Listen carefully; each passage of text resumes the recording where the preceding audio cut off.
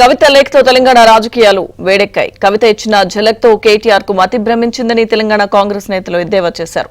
BRS మూడు ముక్కలాటలో కవిత విడిపోవడం ఖాయమన్నారు.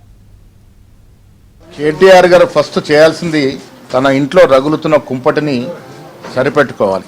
ఇవాళ కవిత కేసీఆర్కే లెటర్ రాసి 10 సంవత్సరాల తప్పిదాల్ని ఎత్తి చూపే స్థాయికి వచ్చిందంటే కేసీఆర్ కుటుంబంలో రగులుతున్న మంట కేటీఆర్ కవిత గారు మధ్యన వైరం నడుస్తూ పోరాట స్థాయికి వెళ్ళినప్పుడు అదును కోసం హరీష్ రావు చూస్తా ఉన్నారు. ఇవన్నీ గ్రహించిన కేసీఆర్ ఇలా ఫామ్ హౌస్ కి పరిమితమైనాడు. కవిత గారి మాటల్లో కేసీఆర్ చుట్టూ దయ్యాలున్నాయని, ఆ దయ్యాలు ఎవరో అనేది ఇలా ప్రజలకు తెలియాల్సిన అవసరం ఉంది. కేసీఆర్ కుటుంబం అంతా కూడా విచ్చలవిడిగా అవినీతికి పాల్పడ్డటువంటి సందర్భం. ఇలా వారి మధ్య వైరం వచ్చిందంటే రాజకీయ పదవుల పోటీ ఒకటవుతే నాకు అనుమానం ఏంటంటే పంపకాల్లో కూడా తేడా వచ్చిందని ఇలా కవిత బాహటంగా తిరుగుబాటు జెండా ఎగరవేసినట్టు కనబడతా ఉంది. సిస్టర్ స్ట్రోక్ తో కేటీఆర్ చిన్న మెదడు చితికిపోయింది.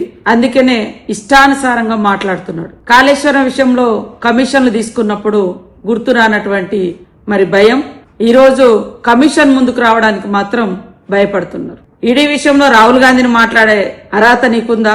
ఇతరుల త్యాగాల మీద రాజభోగాలు అనుభవించి కుటుంబం అంతా కూడా ఇవాళ దోచుకొని దాచుకొని తిన్నదంతా కూడా బయటకు వస్తా ఉంటే ప్రజలకు వచ్చి జవాబు చెప్పుకోలేక కాళేశ్వరం మీద బాంబు పెట్టిరంటారు. కాళేశ్వరం కూలిపోయినప్పుడు అధికారంలో ఉన్నది నువ్వు. నిజంగా నువ్వు ఆ రిపోర్ట్ లో ఆ రోజు తీసుకొచ్చినటువంటి ఎఫ్ఐఆర్ లో గానీ రిపోర్ట్ లో గానీ ఎందుకు మరి ఇక్కడ మాకు అనుమానం ఉంది అని మెన్షన్ చేయలేకపోయారో ఒకసారి సమాజానికి జవాబు చెప్పాలి.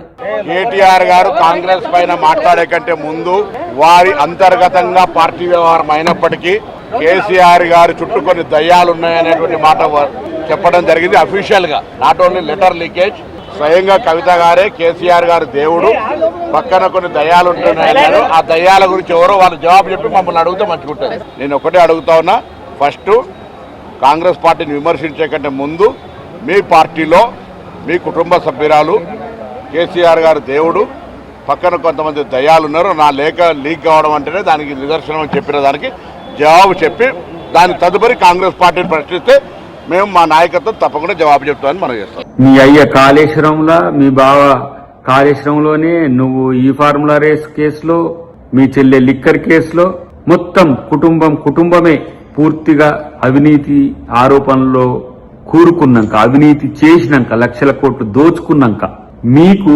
మీరేం చేయాల్సిన పరిస్థితిలో మీకే తెలియని పరిస్థితిలో ఇలాంటి కామెంట్స్ చేస్తుండనేది సభ్య సమాజానికి అంతా తెలుసు. కాబట్టి ఇలాంటి ఏమి తాటాకు చప్పుళ్లకో లేకపోతే బీజేపీ ఒకల్తా పుచ్చుకొని మాట్లాడే మాటలకో తెలంగాణ ప్రజలు ఏమీ నమ్మరు. ప్రత్యేకించి ఫస్ట్ నీ ఇల్లు సరిదిద్దుకో, ఫస్ట్ దాని సంగతి చూసుకో.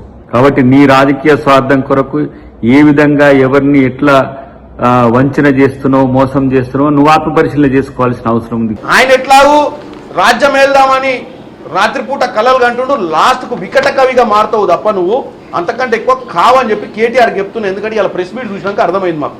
ఈ రోజే ముఖ్యమంత్రిగా స్కామ్ చేసినట్టు, ఈ రోజే ముఖ్యమంత్రి గారు తప్పు చేసినట్టు, కర్ణాటకలో ఎదురప్ప ముఖ్యమంత్రిగా ఉన్నప్పుడు కేసును తీసుకొచ్చి ఈ కేసుకు అంటగట్టినాం.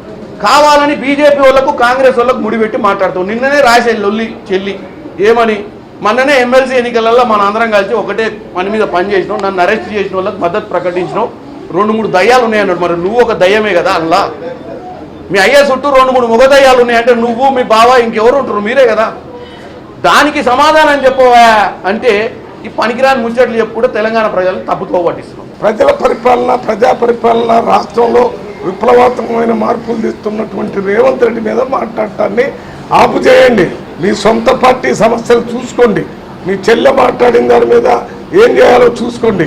మీ మన హరీష్ రావు ఏం చెప్తున్నాడో అవి చూసుకోండి. ప్రజల సమస్యల మీద చెప్పండి. మీరు ఎవరైనా ఏదైనా కన్స్ట్రక్టివ్ అపోజిషన్గా మీరు సలహాలు ఇస్తే తీసుకోవడానికి కాంగ్రెస్ పార్టీ సిద్ధంగా ఉంది.